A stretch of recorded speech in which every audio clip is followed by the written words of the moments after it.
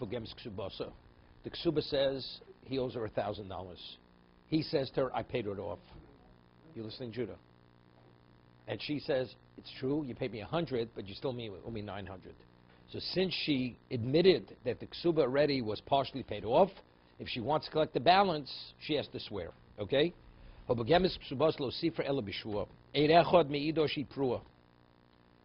man brings a single witness. The husband said he paid it off, and a single witness says he paid it off. She has a shtar. If she swears, she collects with the document. What about nichse yisomim? Where the kids don't know. They don't know whether he paid it off. It's possible she got paid off, and she wants to collect from the assets of the estate. The chos b'shubadim, she wants to go to third party collect. Shalom b'fonav, he's overseas, he's out of town, whatever it is. Lo sifra el b'shua. Again, you want to collect, you collect with a shua. Habogemis ksuah kesad. What does it mean? Pogemis ksuboso. Hoysuk ksuboso elavzuz. It said in the document he owes her $1,000. V'omalo his kablo ksubosech. He says I paid it out, the full 1,000. He omeres. Yeah, and she says lo iskabalti elamono. I only got 100 towards the 1,000. He says I paid it fully. She says I only got 100 towards the 1,000. Lo sifra el b'shua. To be able to collect the balance, she has to take an oath. What's the case? The single witness says that it was paid off. The single witness says I was there. I saw her husband pay you the full $1,000. He omeres lo iskabalti. She says no. Right? She says I was paid nothing. Sure. What's the chos b'shubodim? Ketzad. The husband sold his properties to a third party. The husband today has nothing to pay. So she has to go to the purchasers. Nifros min al kuchos. So she collects from those properties. Why? Because they're leaned to the ksuba. They have a right to say, because since the husband could have maybe paid it off, they say you want to collect from us, first swear. What about from the estate? Father died, there's an estate. She swears. They say maybe you were paid off already. Why should they swear? Right? She's coming to collect the debt. They say, but maybe our father paid you. That's what they say. Paid her. Paid her. She has the ksuba. So if she swears that she wasn't paid by the father, she collects with the ksuba. Okay? So if she is going to collect with the document, she has to first swear. These are all rabbinic oaths. Because there's no such thing, as the Gemara will explain, a Torah oath where you swear and you collect. Every Torah oath, you swear and you're absolved. Here, all these oaths, she's going to collect that. These are all rabbinic oaths. It's called nishba v'notel. You nishba v'notel, and you take. Shlo b'fonav ketzah. What's the case? Shlo b'fonav. The husband's not present. Holach lomdidus hayam. The man went overseas. V'nifras shlo b'fonav. Now she wants to collect the ksuba. Ein nifras el b'shua. Same reason. Because what? There's a chance that maybe he paid off. He paid it already. Reb Shimon Omer. Kozman she tovas ksuboso hayoshim hashbinoso. When she wants to collect with the ksuba, the yorshim, they make us swear. If she's not we have to see what the Gemara means. What do you mean? Of course, it's understood. If she's not collecting, why should she swear? Meaning that's what they could impose the oath. They can't, meaning like this. There's always a chance. Maybe she siphoned off some money for the ksuba. Unless she comes and says, I want to collect the ksuba, they can't say a word. They can't impose a shvuah on her. They can't impose it. We had a case before. If she ran his business, she was an administrator, there they could, because maybe she took some money. But let's say she wasn't. They said, you were in the house. Maybe you were siphoning off money all along, to cover your ksuba. But factually, if she doesn't have the ksuba, they can't impose a shvuah on her. You want your ksuba, maybe it was paid he paid you something towards it.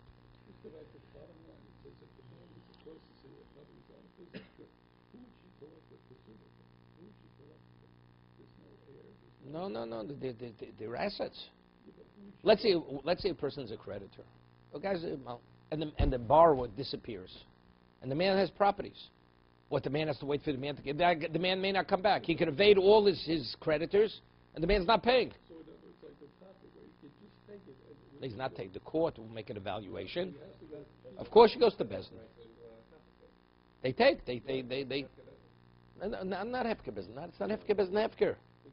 The woman has a document that she owes her the money. They take it. It's not hefker business. Hefker. Right? You have a claim to the property. So it defines that she goes to court and she says she's away. No, factually, he is away. Yeah. She says, "I want to get. I need the money." But she has to swear before they'll give her the money. It's not they allow it. They will take the money for her, but before she gets the money, she has to swear. Because maybe she was paid off, the same thing. Sover Rami Bar-Chon Lemeimar, so the shvua in the Mishnah, he had believed that the shvua is a Torah shvua, Torah oath. Shvua d'oraisa, the kotoyin, why? The koton mosayim, the komodele b'meya. We have the case of Pogemus Ksubasa. He says, a person says, you owe me 200, and you say only 100. So he says, I paid you off 1,000. She says 100. So have you lay moder hadovin mixes atayno, chomodim mixes atayno. You shovel whenever there's a partial admission, you have to swear. You say, if I say you owe me 200, and you admit, you say I owe you 100. What kind of oath do you have to take? A Torah oath. That's moder b'mikzas. It's a partial admission, because you gave credence to my claim. Therefore, you have to swear to be able to collect what you claim. So Rambam comments the same thing here. He says, I owe you nothing. She originally says, you owe me ksuba. He says, I owe you nothing. So she says, I admit you paid 100. So what she is admitting is partially to what he's saying. He said nothing, I don't owe you $1,000 because I paid it. She says, you paid me 100. She's admitting 100 of the 1,000. So therefore, Rabbi Chum says, you have to swear on a Torah level. So on that, Rabbi says, it's not possible. Why? It's not comparable. I have two responses to refute what you're saying. Every shvua d'oraisa, every Torah oath, you swear and you're absolved from paying. The case in the Mishnah, she swears she's collecting. Right? Vote. Secondly, you don't swear on property. If there's a document, that means the debt is linked to the land. So you're swearing, how much claim do I have to the land? Not $1,000, 900. So good. You don't swear anything which is attached to land. Eldom, Rav says, Eldom midrabanan. The shvua which the Mishnah is speaking about is a rabbinic oath. Rabbinic oath. The Porah, why? What's the reason? Why did they impose the oath on her? The Porah dayik, the mifra lo dayik. You have this. When a person has to take money out of his pocket to pay, that you don't forget. You're very aware of what you did. When a person collected something, sometimes it's fuzzy. Maybe he did pay the whole thing. So how do we verify? Sometimes a person says, like we discussed earlier, Tfias Ayin. A person says, I recognize the object is mine. It looks like mine. It may look like yours, but it may not be yours. Well, it's definitely mine. How do you know it's definitely? Because you convince yourself it's yours. The person is not necessarily lying. Very often the person, it seems to be about, it probably is. So the conclusion is not based on a valid basis. It's the same thing. Something, you paid me, I don't recall what, I think it's 100 you paid me. Now maybe he paid you more than 100. So by imposing the shvuah, so when the person who pays is dayik. The person who what he paid, he says, I paid you a full amount. When a person pays something, he knows exactly what he paid. He says, I paid it off totally. There's nothing hazy or fuzzy about that. So this question, either he's lying or not lying. But he's not saying something which he convinced himself he did, which he didn't. Because the person knows exactly what he paid. When you paid, when you're being paid, you're the claimant, you're the creditor, and the man paid you. So let's say the man paid you a larger amount, but you don't recall what it is. So what's the tendency of a person? Probably a smaller amount. Right? Because I want more. So he's not lying. He convinced himself that's the thing. That's it. The Porah dayik, the one who pays is dayik. He's very clear. He's very specific, and he's very focused on that. The mifra lo dayik, but the one who claims that you were paid, the person may say something which is not exactly accurate. So how do you make it accurate? To guarantee it's accurate. V'romu rabbonu shua lo kiech deteduk. The woman should know in advance. When you make your claim, you better be very specific and remember clearly what it was, because otherwise you're going to be taking a false oath. So a woman would only approach it only if she remembers clearly what she received. Otherwise she's not going to take an oath. Iboilu. Pogemis ksubosa be'edim mau. Yeah, what about if two witnesses come? He claimed, I paid it off. She admits she received 100. What about if he says, you owe me 1,000? Witnesses come and say, we saw him pay her 100. So if you paid him 100, you could have paid her more than that at another time, right? Pogemis ksuba edim mau. Imi sud poro be'edim. Have a poralo. If the witnesses say he paid her, let's say 1,000, he paid her. He paid her less than, so whatever he paid her, he paid. What he didn't pay, didn't pay. Right? No, it's not the witness. The witnesses happen to be there when he paid. But it's not he paid with witnesses. If he paid with witnesses, so he paid. He has, let's say he says, oh, come over here. I want to pay my debt. I want you to witness what I paid. Right? If he's the porah be'edim, have a porah, he paid her. Oldima, no, he didn't pay her with witnesses. He gave her money in the present witnesses. Paid. Toshma.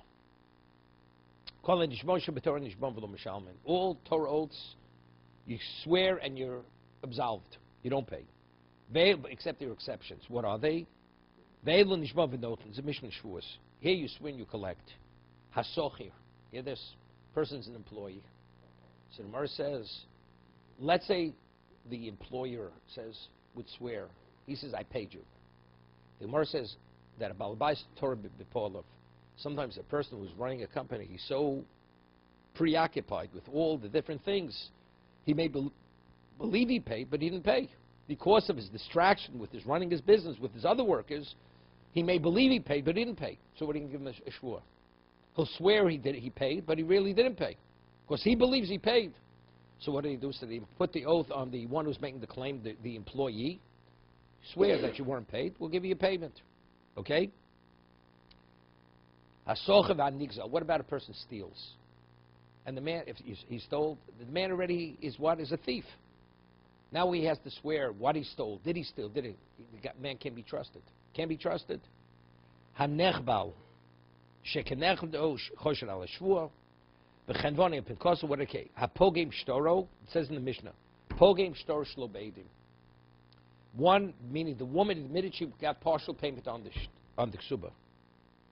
So what's the inference? Shlo beidim, ein beidim lo. Seems to be, but if the witness that she was paid, you don't swear. Right? Lo mi boy kamar. How does he explain that? Shlo beidim lo. I just want to see how he explains that. The last dish left.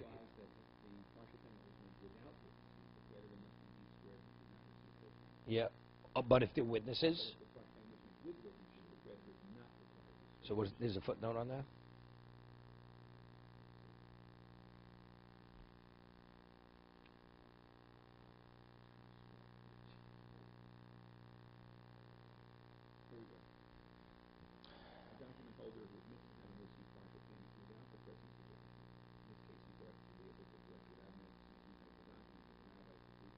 Yeah, good.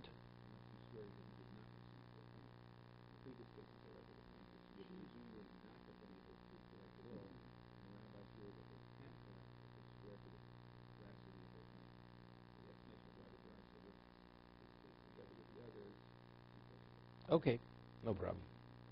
Okay. Lomi, so Morris says no. Lomi boy, come on. Lomi boy be'edim devari tzricha shvur. If Edim say she paid, they saw it, definitely you swear.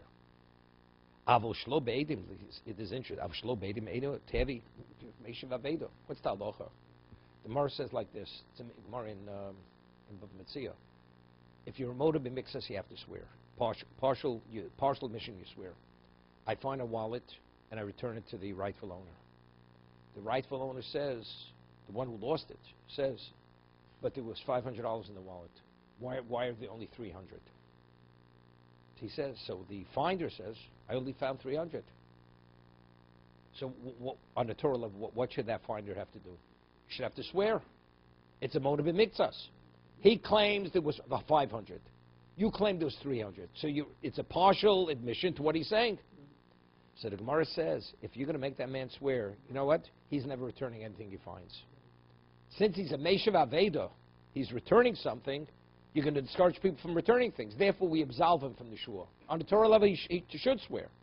We don't impose. Here also, maybe you say the same thing. She's coming with a document, says $1,000. He says, I paid you. It's your own what you say. Document, you pay. Why do you have to swear? Because she's admitting. You'd say, you know something? Here she's being honest. She's being honest. She only got paid 100. She could have claimed the whole 1,000. She has a migu. So if that's the case, why are you imposing the shua on her? So that's the chiddush. Even so, she has to swear. Why? Because the whole thing may be really hazy in her mind. So therefore, the shua will bring clarity to her mind. But logically, well, she swears she's an honest woman. She could have collected 1,000. She's admitting she got 100. Now you're gonna twist her arm with a shua, right? That's the idea behind the shua. Now, I once told over some years ago. Remember Bruce Rappaport used to come here. He used to tell over a story. I once told over a story not long ago. Howard heard it, unless he was distracted with lighting candles. I don't know. So the story was this person, word went out that there's a donkey, very special donkey. That this donkey, it will do any chore for its master. All you have to say is please. You say, please donkey this, it does it. Please donkey, it does it. Okay?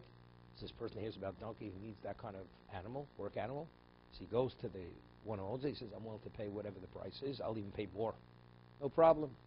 Sells him the donkey, takes his donkey to his property, loads him up with whatever it is, with whatever the burden is. He says to the donkey, please donkey, start walking. Donkey doesn't budge. He pulls it, he schleps it, doesn't move the donkey.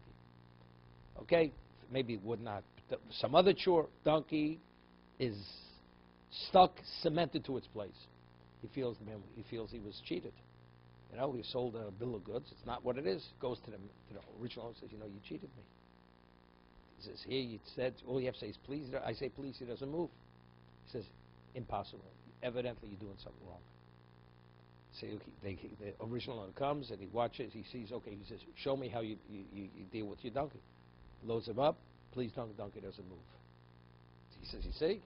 He says, I forgot to tell you something. Before you say please, I'll show you what to do. Picks up a block of wood, slams it into the side of the head of the donkey. He says, okay, please donkey. The donkey walks. No problem. You got it? That's the story. Without the shvua, it's hazy. You probably owe me the 900. You definitely owe me the 900. Once you put that shvua on, she's not going to swear falsely unless she definitely knows I was paid 100 and not more than 100. Right? That brings clarity to the person. Right? That's the block of wood.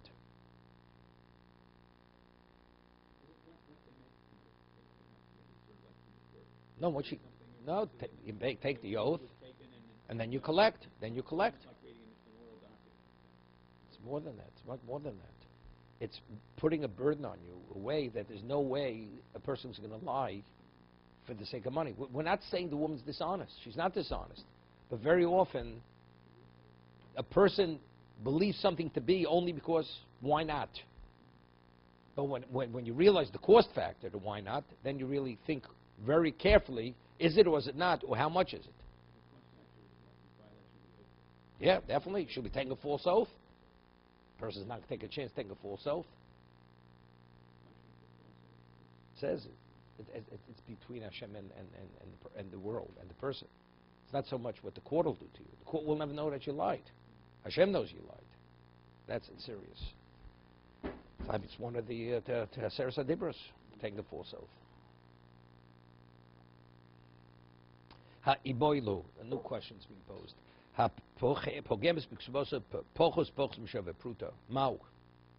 Let's say originally when she collected small amounts of money, less than a Shaveh Pruta each time. So we're talking pittance.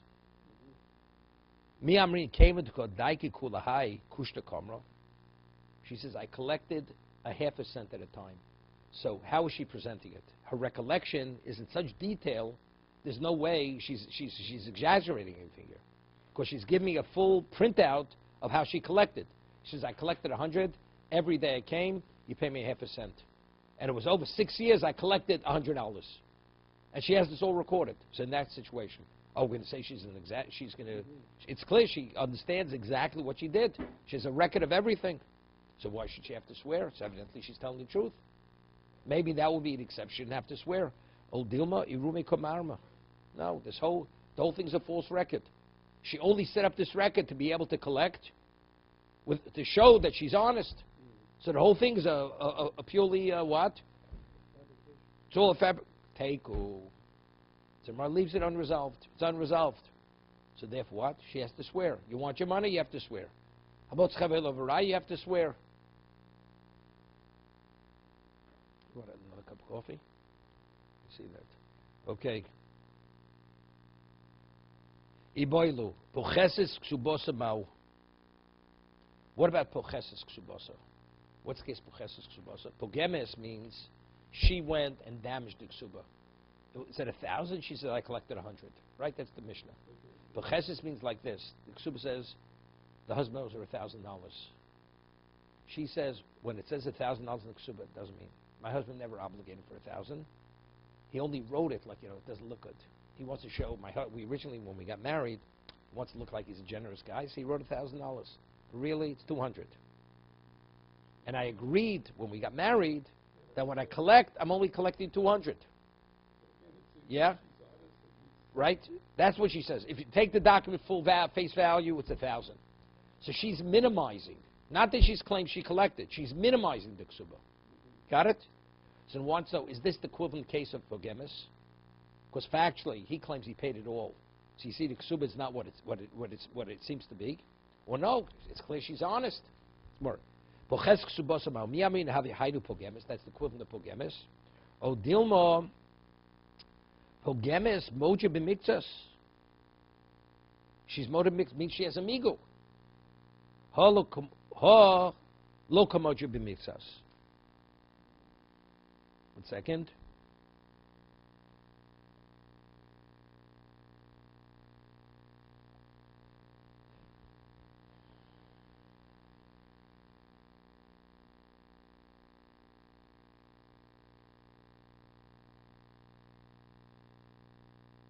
Yeah.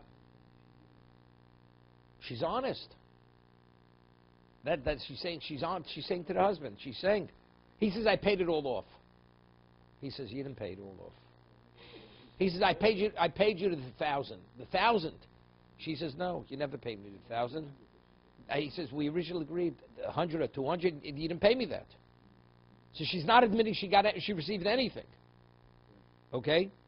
So do we say it's motive b'miktas and she has to swear? 1 second. Or do we say since she admitted that she doesn't swear? There you go.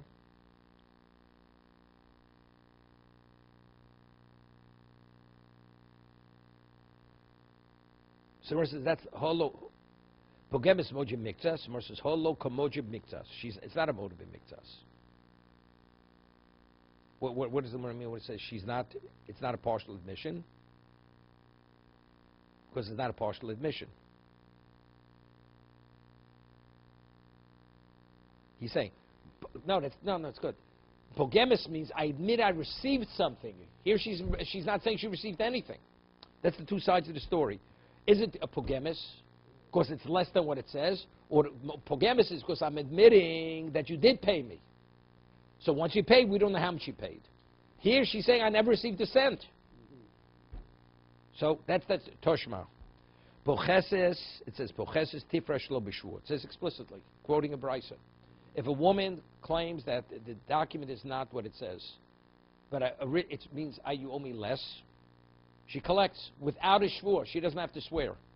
Ketzad says it said in the document $1,000 ksuba. V'omar lo hiskabalt ksubosech, and he says to you, I paid you everything. He omeres lo skabalti. She says, you never gave me a dime. And you never gave me anything. Ve'ena elo mono. She says, and when it says 1,000, you never owed me 1,000. We agreed, I'm only collect 100. That's what we agreed to originally. Nefras shlo b'shvur. You hear this? She collects without. She doesn't have to swear. Okay? Because she's not admitting to what he's saying. She's denying everything what he says. Okay? B'mai gavyo. Samar says, but what does she collect with? She has to collect with a document, right? Samar says, Gavi by Shtora. She collects with that document. Samar says, Shtora, Chas Balmu. It's worthless. Because she admitted that when it says 1,000, what is it? It's false. Omar Rabba break the Rabba Bomeris Amona Hoysali. They didn't even know. No, it's not a false document. We had an agreement between us, and there's a trust. 1,000 means 100. So I could use this document to collect.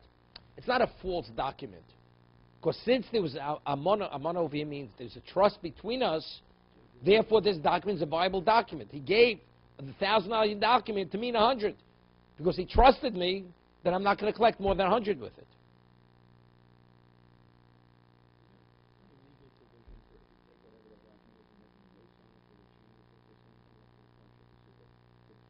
The moment we had earlier, it's not simple. Once a document is altered, because the witnesses, when they signed on the original document. Whatever you write on it, there's no credibility on that document anymore. You have witnesses, right? Right? Another case in the Mishnah. Where does she swear? A single witness says that it was paid. Sober, Rami, same thing. Sober Mechoma Shwuda. Right? If an Eid Echad, I say to you, Norman, you owe me $100. You say, I don't owe you a cent. I bring a witness that says that I witnessed he lent you $100. What's the halacha? You have to pay 100. There's no shua. No, you have to swear. You have to swear that you don't know. With one witness. No. If I say you owe me, you deny it, you don't swear.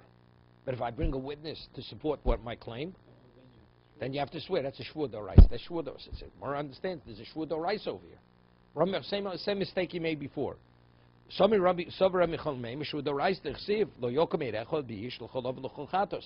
says a single witness is not believed to convict a person. He doesn't establish fact regarding to convict a person. But for an oath, he can. So the single witness obligates in the shua d'oraisa. Where you have two witnesses, they obligate one to pay money. A single witness obligates you on the Torah level to swear. So therefore, the shua is a shua d'oraisa. Because one witness says it's paid, and she claims it's not paid. She swears and she collects it. So we're talking about, so who precipitated the whole issue here? Since the shua d'oraisa. He says, I have two responses to explain to you why what you're saying is wrong. Wrong. Over here, when she swears, she's going to collect. So, but the Torah oath is always, you swear and you're absolved. So that's firstly why it's not a shua d'oraisa.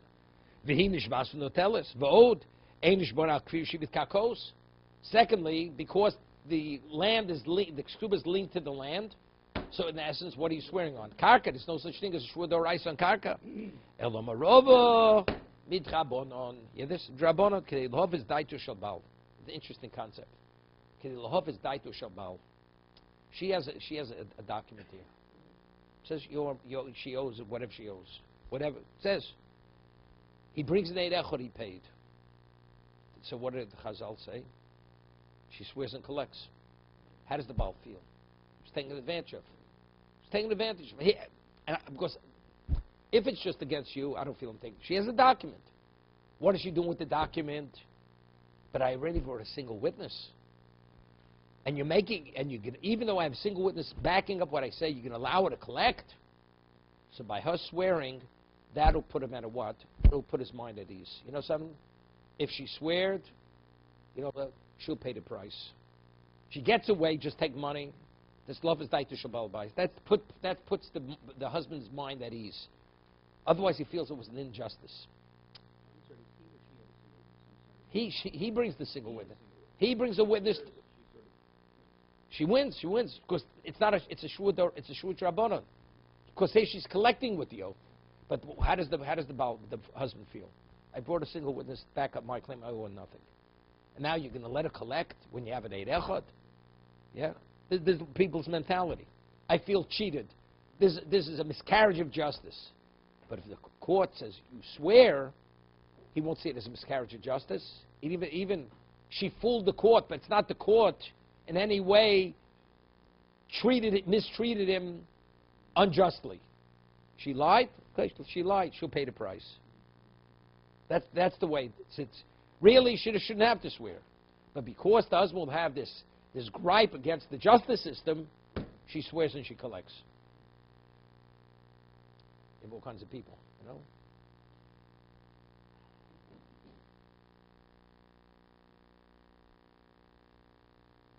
You know, it's interesting. The Gemara says the same concept somewhere else. We said one of the old cases where you swear and collect is sochir. An employee comes to collect his wages, so we say you swear and you collect your wage. Why? Because we say the balabais Torah b'kapolov. The balabais, the employer, is totally distracted with his workers. You know, he may have paid him 3 months ago. So by him, it's all like one. He sees it all one. He said, "I just paid you," but really, it's a mistake. You swear and you collect. It says, but factually, if there's a cheskes chiyuv, when a man works, there's an obligation to pay. In reality, you don't really remember if you paid. You don't remember if you paid it. So if you have a chazaka that you owe money, you have to pay. Let's say you lend me money, and I say to you, I think I paid. Not I definitely paid. I have to pay. Because there's a chesk. I admit I borrowed, but I may have paid you. You collect without swearing. Why? Because there's a cheskes chiyuv.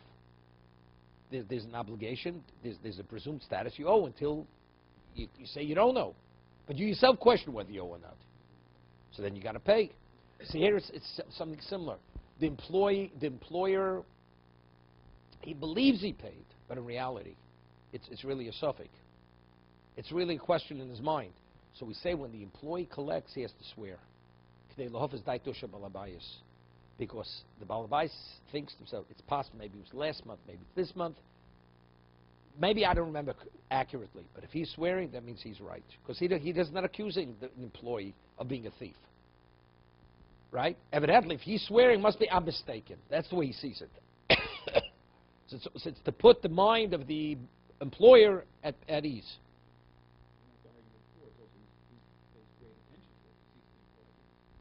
No, there he doesn't play. He doesn't play. No, the employee, right? He didn't get paid. He didn't get paid. That's exactly it. You know, it's like a person. Unfortunately, it is. A person's raising money for yeshiva in Israel. The guy hadn't been there for 2 years. Rings the bell. You were just here, right? You were just here. Well, I haven't been here for 2 years. Since then, the 9/11 and a lot of other things happened. It's a different world since I've been here. You were just here. Because when it comes to payout, you were just here. So the balabais also, with all that's going on, you were I already paid you your wage.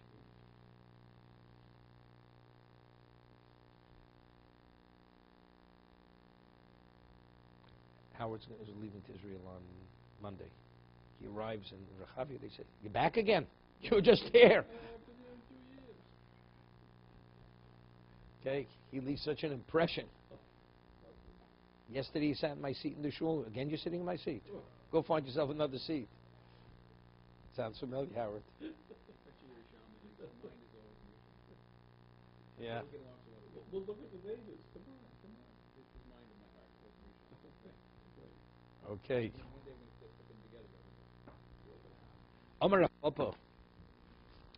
Ipikechu. If the husband is wise, because like this, what happens? She swears she collects. If he's wise, he's able to impose a Torah oath. A Torah oath, a person takes much more seriously. So Rashi says, why? When you take a Torah oath, you have to hold the Sefer Torah, you have to hold the mitzvah object. So when you take a rabbinic oath, you hold nothing. So in terms of frightening the person, it has much more greater impact. So, he says, even though she's swearing, maybe she's lying. Because she doesn't take it as seriously. But if you want to really put the fear of God in her, you create a scenario where she has to swear Shua D'Oraisa. How do you do it?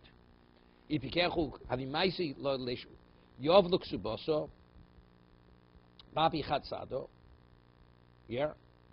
You pay the ksuba in the presence of one witness. No. You pay what she wants. V'somach sada kamo asada basro. And you take the first witness. The first witness already said he paid once. Here he's paying a second time. Right? The husband doesn't mind paying what he has to pay. But he's claiming she's collecting twice. Right? That's what the husband's claiming. So the Eirechad, you said, well, he can't swear. Rabbinically, she's going to collect. You know what we're going to do? We're going to create a scenario. We're going to have two witnesses. Two witnesses are going to say that she was paid. Yeah? You paid Iksuba the second time, according to what he's saying, in front of the single witness. V'somach sada kamo asada basro. Umukim lahu laharach kamoi b'milveh. 1 second. V'somach sada kamo asada basro. Yovi es shneim yachad lebezdin. Shim tichba yoidu shneim shniskab l'ksuboso. It's not so simple. You take two Eirechads. The first witness says she was paid the ksuba. The second witness actually saw she paid. But you have two witnesses saying she collected the ksuba. Factually, there were two different events. That's going to be the problem. You see, the Moran in Sanhedrin says a case like this. An Eirechad says you borrowed money on January 1st. Single witness. That witness could obligate the person and how much? Only an oath. Right? Another witness, he brings another witness, says, you borrowed money on January 10th, $100. Another event. So it's two events. But what are they both actually saying? That Shimon owes Ruvain $100. The court hears two witnesses saying $100 is owed to Ruvain by Shimon. So even though with two events, we combine the events, and you have to pay the $200. Yeah? No, he's not saying. No, that's not the case. Two separate events. It doesn't make it. A man, Reuven says to Shimon, I lent you twice. And he brings one witness for the first event and another witness. That's what he presents in the court. He brings a second witness for the second event. The Gemara says in Sanhedrin, you collect the $100. You can't collect $200. Of course, you only have two witnesses on $100 is owed, not on two. But they're two different events. But since both witnesses are saying $100 is owed, you pay $100. So there's no corroboration over there, right? Okay. So he had something similar, but he wants to make something similar. First witness said he paid $100, right? The second witness says what? He paid the ksuba. But second witness say, you combine both witnesses. Umukam lahanich kamoi b'milveh. Yitveno piron harishon v'yoma milveh hein etzloch. Now he's going to come like this. By paying the second, he's going to say, you know something? The money, I say to you, the money that I paid you is a loan. Because if I paid the ksubna, I say you owe me whatever I paid. He says you owe me $1,000. 1 second. Sheis kabalt ksubosech shteines shetichbor v'tomar lo kibalti pamazos beirechon meir. It's terrific. Forget about what I just told you. It sounded like this. The woman says, you didn't pay me the $1,000. And he has a witness. She swears she takes. Because there's no shvur doraisa that what? That you collect. You know what he does? He has to pay the ksub in either case. But make sure the second time pays the ksub, he'll pay it in presence of one witness. Or two witnesses, whatever. Now, he recalls the first witness. He says, I want you to testify in court. She owes me $1,000. That he said he saw. Now, what kind of oath does she have to take? Now she has to take a shvur doraisa. Because she claims when did she collect the ksuba? The second time. Because the first time she claimed she never got any money. Now, what does the first witness say? He gave you $1,000. You owe him $1,000. She says, I don't know. Okay, so now swear. What kind of oath? Now she's going to swear and be absolved. Now you're going to swear with a Sefer Torah. Yeah? No. She says, you never pay me a penny. Even though the first witness says, you did pay me. So man says, don't have a swear. Don't have a swear the first time. You know something? I'll pay you. I'll pay you in the presence of witnesses. For a present to witness. I'll give you $1,000. Now I'm going to call the first witness and say, now I want you to testify I paid her $1,000. You got it? again, if I just bring one witness, she says you owe me. Wait. So the first time, so therefore a witness can only cause you to what? To swear and be absolved. Here she wants to collect. She's collecting. The Mishnah says she collects, she swears and collects with one witness. Right? Because she has a document. She has a document. With the document you collect. See what you do? Pay the document. Yeah, the $1,000. But he claims I already paid you $1,000. But he says I'll ignore that right now. I didn't pay you ksuba, I'll pay you the ksuba. Now I come to you and say, no, I paid you. You owe me $1,000 from the past. I paid you on January 15th $1,000. I paid you the ksuba on February 1st. January 15th I paid you the ksuba, which she denied originally.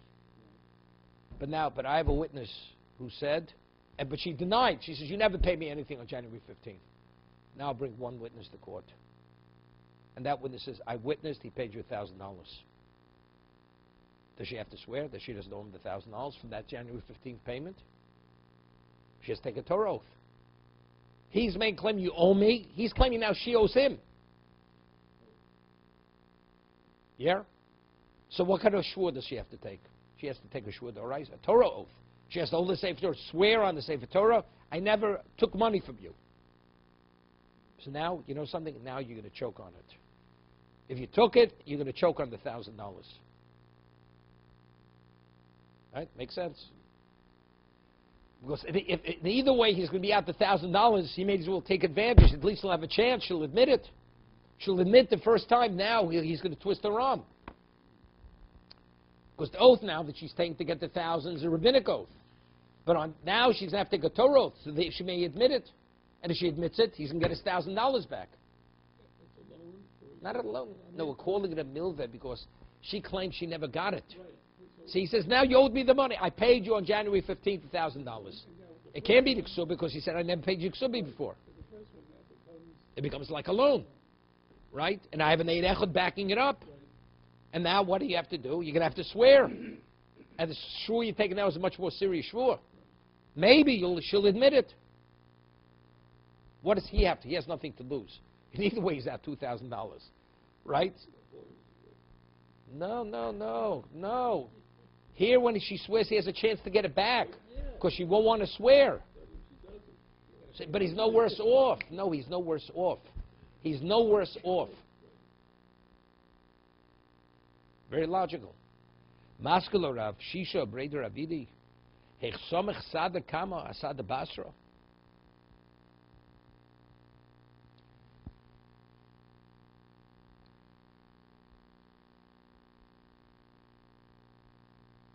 See, what he originally says, you should have a witness on each one. See, if you'd have two witnesses on the second, you're okay. He says, get another witness, pay the second one. And then he says, how do you combine the two witnesses? That's what Rav Shishma is saying. She could deny both. You got it? She could come back a third time. He's only complicated his life. If she's a dishonest woman, well, she can't buy because she had to give up the document. He's no fool. The second time he's not paying her unless he gives her the document. She gives him that. That's what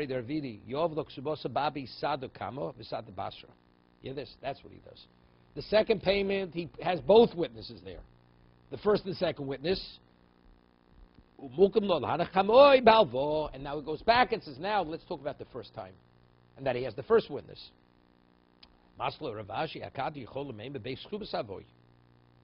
She says, no, it has two separate things. You gave me two ksubas. The first time you paid me was one ksuba. Elam Ravashi who demoda lahu.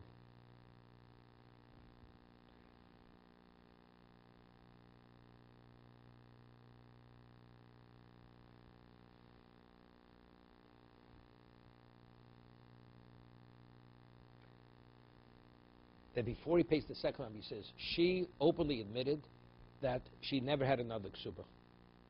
Right? Before he pays the second time, he says before the witnesses, she openly admitted, I never had another ksuba, only this. So she made that admission from the witness, then he pays her the second time. Now, she goes back, he says, okay, now I'm going to bring a still witness. So now she can't say, well, I had another ksuba. You gave me 2 ksubas. You openly admitted before I paid the second one that you had never had another ksuba. Right? So if you admitted that you never had another ksuba, so why did you take money the first time? So you say it's a loan. You borrowed. So okay, you know something. Now swear. You said you never took it. Okay, swear.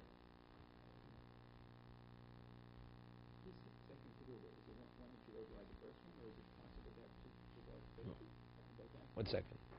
Take stories so you leo lachol b'piro and harisha.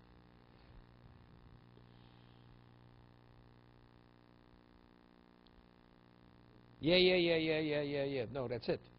She, right, 2 documents.